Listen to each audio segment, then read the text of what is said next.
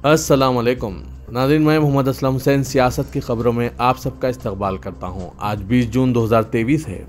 Islamic calendar के हिसाब से पीर की शाम चांद नज़र आने के बाद आज यकुम ज़िलहज्जा 1444 हिजरी है। क्योंकि ज़िलहज्जा का चांद नज़र आ गया है, इसीलिए मुल्क में 29 जून 2023 को बकरीद की ईद मनाई जाएगी। पेश है आज की कुछ अहम खबरें। मुल्क के 14 वज़राए आज़म ने मिलकर 67 सालों में 55 लाख करोड़ रुपए का कर्ज लिया है। गुज़िश्ता 9 सालों में पीएम मोदी ने हिंदुस्तान का कर्ज 3 गुना बढ़ा दिया है। उन्होंने महज 9 सालों में 100 लाख करोड़ रुपए से ज़्यादा का कर्ज हासिल किया। 2014 में हुकूमत पर मजमूई कर्ज 55 लाख करोड़ रुपए था, जो अब बढ़कर 155 लाख करोड़ रुपए हो गया है। कांग्रेस तर्जुमान सुप्रिया ने 10 जून को ये बात कही थी। इसके बाद से हुकूमत हिंद के कर्ज के हवाले से बहस तेज़ हो गई है।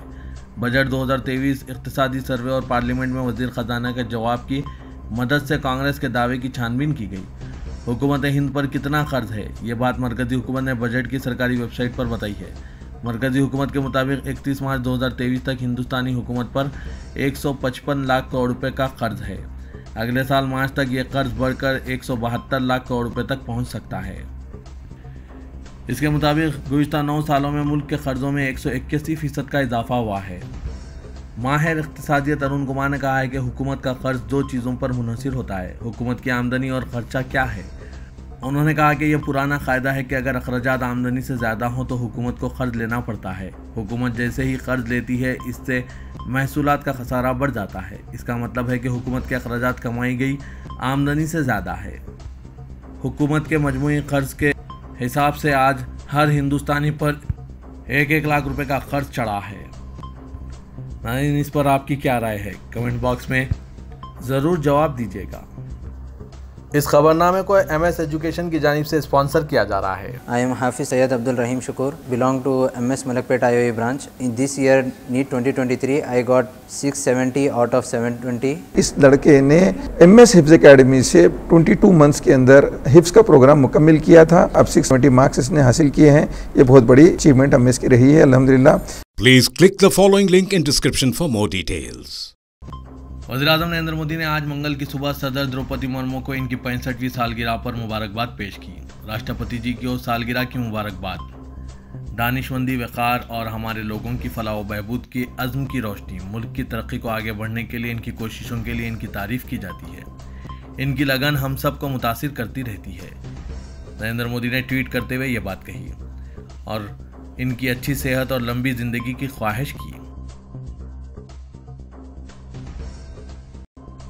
वज़ीर-ए-आज़म नरेंद्र मोदी आज मंगल को अमेरिका और मिस्र के अपने 2 मुल्कों के दौरे का आगाज़ किया है। अपने दौरे के आगाज़ से कबल आज मंगल की सुबह वज़ीर-ए-आज़म नरेंद्र मोदी ने कहा कि सदर जो बाइडन की तरफ से वाशिंगटन में इनकी दावत हमारी जमहूरियतों के दरमियान शराकतदारी की ताकत और जानदार होने की अक्कासी करता है। मोदी ने अपने एक बयान में कहा, सदर जो बाइडन और खातून अव्वल की दावत पर मैं अमेरिका जा रहा हूँ। यह खुसूसी दावत हमारी जमहूरियतों के दरमियान शराकतदारी की जोश और जज्बे की अक्कासी करता है। मोदी ने कहा, मैं अपने दौरे का आगाज़ न्यूयॉर्क से करूंगा, जहां मैं 21 जून को योगा का आलमी दिन अक़वाम मुत्तहिदा के हेडक्वार्टर में अक़वाम मुत्तहिदा की क़यादत और बैनुल अक़वामी बरादरी के अरकान के साथ मनाऊंगा।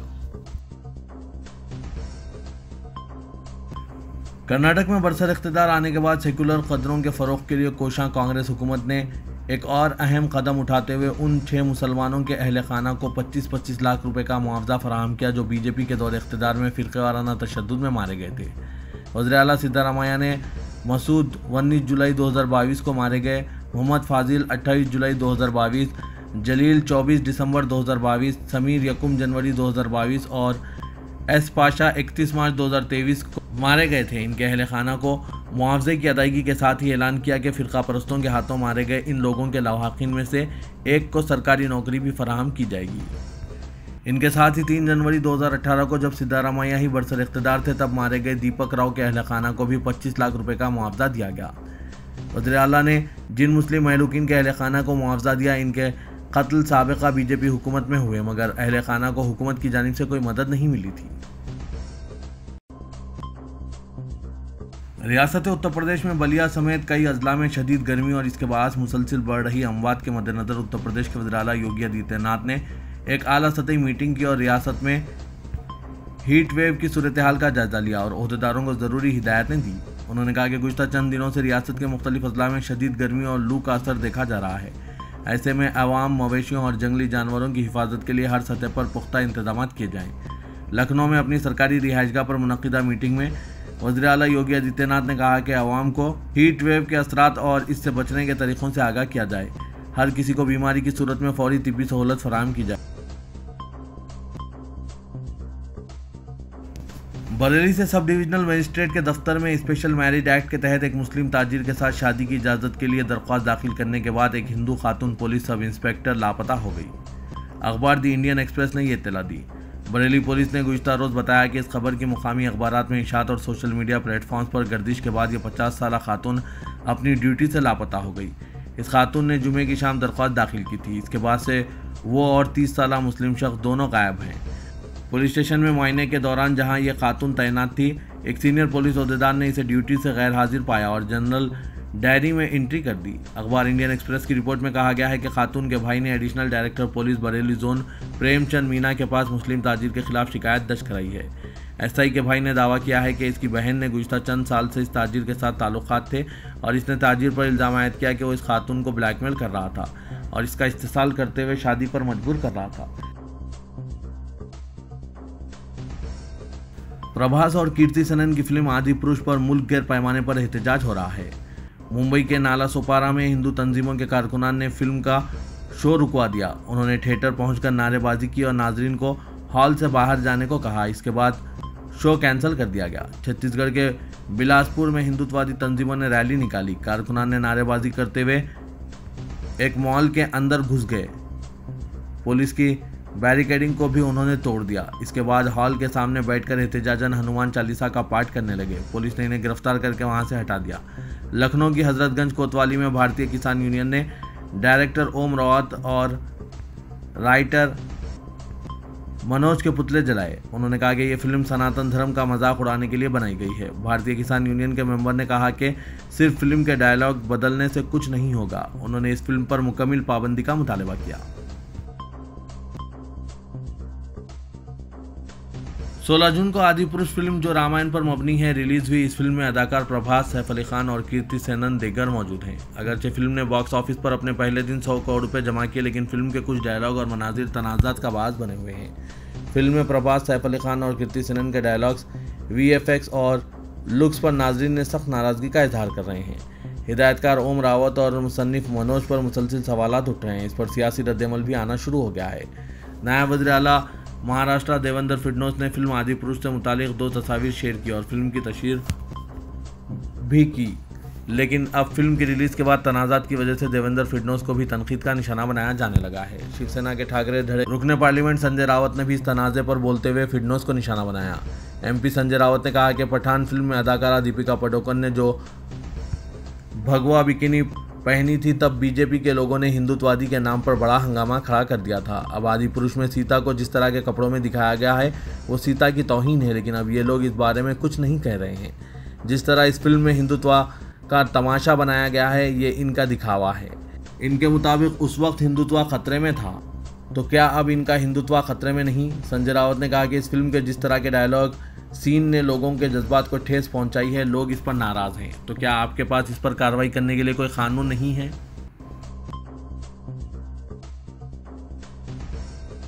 रियासत महाराष्ट्र के नांदेड़ शहर में हुजूमी तशद्दुद का एक सनसनीखेज मामला सामने आया है। गुज़श्ता रोज रात के वक्त गाड़ीपुरा इलाके में 2 मुस्लिम नौजवानों पर किए गए जानलेवा हमला और इनकी मोटरसाइकिल जलाए जाने के मामले में पुलिस ने ताज़रात हिंद के मुख्तलिफ दफात के तहत मामला दर्ज किया है और अब तक 11 अफराद को हिरासत में ले लिया है और इनसे पूछताछ की जा रही है। पुलिस ज़राए से मिली तफसीलात के मुताबिक मगरबी बंगाल से ताल्लुक़ रखने वाले आशिक उर रहमान और मोहम्मद इसराइल शहर के आकृति होटल में वेटर की हैसियत से काम करते हैं। ये दोनों गुज़श्ता रात होटल में इनके साथ काम करने वाली 2 लड़कियों को छोड़ने गाड़ीपुरा कमान के पास गए थे।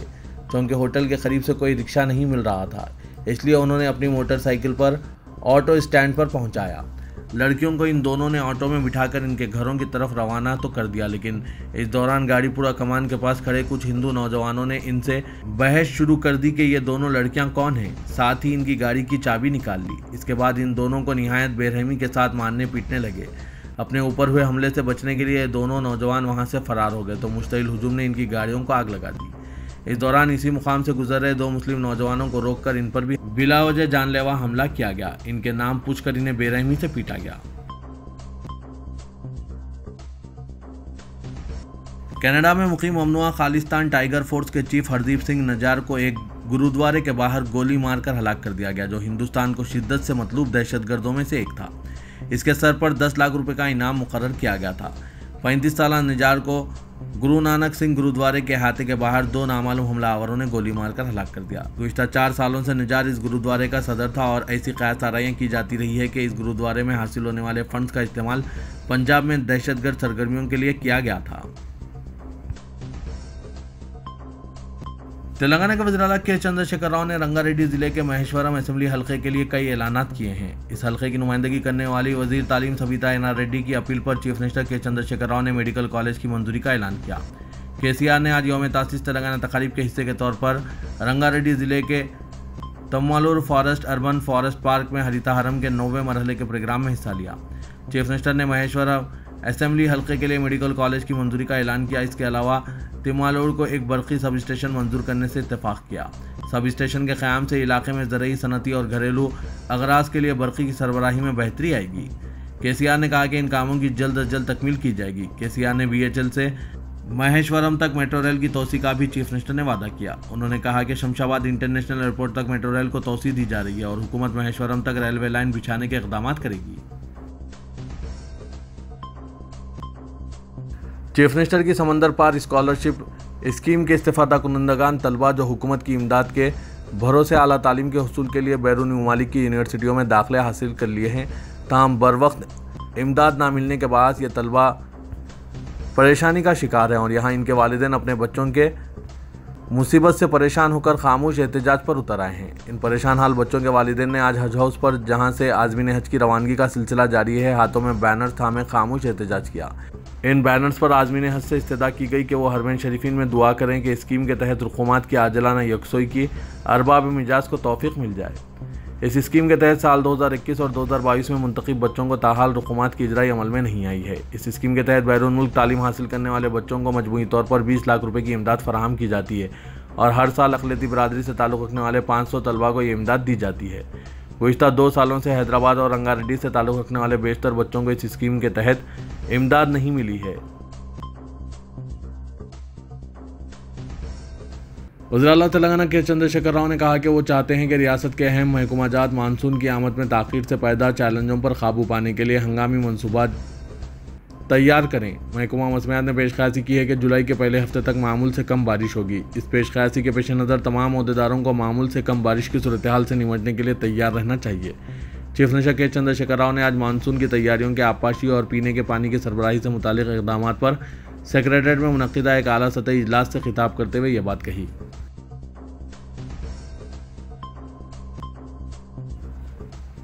मजलिस इत्तेहादुल मुस्लिमीन आइंदा असेंबली इंतखाबात में नए चेहरों को इंतखाबी मैदान में उतारने की मनसूबाबंदी कर रही है। तेलंगाना असेंबली के लिए होने वाले इंतखाबात में ओवैसी ख़ानदान अपनी चौथी नस्ल को मिल्लत की नुमाइंदगी का मौका फराहम कर सकता है। ज़राए के मुताबिक रियासती असेंबली के इंतखाबात में हल्के असेंबली चारमीनार, याकूतपुरा, बहादुरपुरे से कायद ऐवान मुक़न्नना मजलिस पार्टी अकबरुद्दीन अवैसी के फ़र्जंद नूरुद्दीन अवैसी को मैदान में उतारने की तैयारियां की जा रही है। नूरुद्दीन अवैसी जो कि सालार मिल्लत एजुकेशनल ट्रस्ट के ट्रस्टी हैं और कायद ऐवान मुक़न्नना अकबरुद्दीन अवैसी की निगरानी में चलाए जाने वाले तालीमी इदारेजात की सरगर्मियों में मसरूफ़ हैं।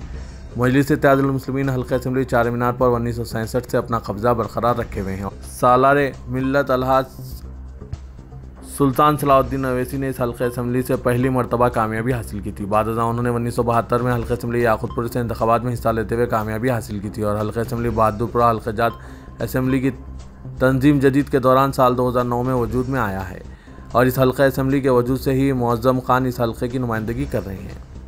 ज़राए के मुताबिक हल्के असेंबली याकूतपुरा और चारमीनार से नूरुद्दीन अवैसी को टिकट दिए जाने के इम्कानात ज़्यादा है, लेकिन इसके बावजूद इनके वालिद अकबरुद्दीन अवैसी और पार्टी सदर असदुद्दीन अवैसी की जानिब से इस सिलसिले में क़तई फैसला किया जाएगा।